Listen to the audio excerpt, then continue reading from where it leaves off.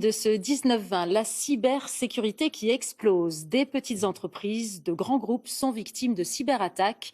Pour ces sociétés, se défendre est devenu une priorité stratégique. Alexandre Guin et Anaël Forveille.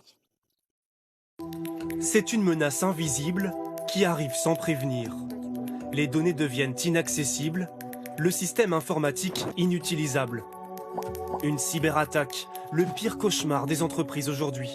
Dans le Morbihan, cet atelier fabrique des cordons pour lunettes. Des petites choses comme ça, en coton ciré, avec des perles. Une toute petite entreprise, seulement 9 salariés, que Mireille Picard-Sauvage pensait à l'abri des cyberattaques. Et pourtant... Voilà sur les pages sur lesquelles on arrivait. Donc les clients, ils tombaient là-dessus. Ils tombaient là-dessus. Une page blanche. Il y a 5 ans, son site internet est piraté. Impossible de passer commande pendant 2 semaines. Après, il faut restaurer la confiance des clients. Allez-y, il n'y a plus de risque, mais ça fait peur quand même. 8 000 € de pertes. Pour éviter une nouvelle attaque, elle fait appel à Jean-Roch Salès, son expert cyber, tous les 3 mois. Là, je regarde visuellement si j'ai pas de voyant d'alarme sur le feuilleron, là. Il n'y a pas de petite lumière rouge? Non. Avec l'explosion des cyberattaques depuis le Covid, son activité a triplé. Coût de la prestation pour l'atelier, 3 à 5 000 € chaque année. Moi, d'avoir une personne comme Jean-Roch qui intervient sur mon système réseau, la sécurité, c'est une tranquillité de chef d'entreprise. Une tranquillité, car si elles sont volées, les données des clients valent de l'or sur les marchés noirs. Dans d'autres cas, ces informations confidentielles sont divulguées publiquement si l'entreprise ne paye pas de rançon. La cybersécurité en France, un énorme marché estimé à 25 milliards € d'ici 2025. À la Défense, cet opérateur télécom en a fait sa nouvelle priorité. Entrer sous haute surveillance. Ici, 200 ingénieurs traquent et enquêtent sur les cybercriminels et les empêchent de s'infiltrer dans les réseaux des entreprises. Dès qu'ils vont essayer de rentrer dans le système d'information, ça va venir remonter une alerte.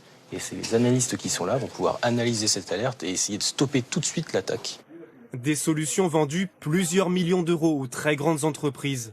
Mais l'opérateur vise désormais les plus petites, avec des offres à quelques milliers d'euros en moyenne. C'est tout le tissu industriel français, et puis qu'également, c'est aussi les sous-traitants de nos plus grands groupes, souvent. Et puis c'est aussi une fonction clé pour la nation. Pourtant, le secteur manque de main. 14 000 postes non pourvus en France. Pour les former, un campus entièrement consacré à la cybersécurité a été inauguré l'année dernière.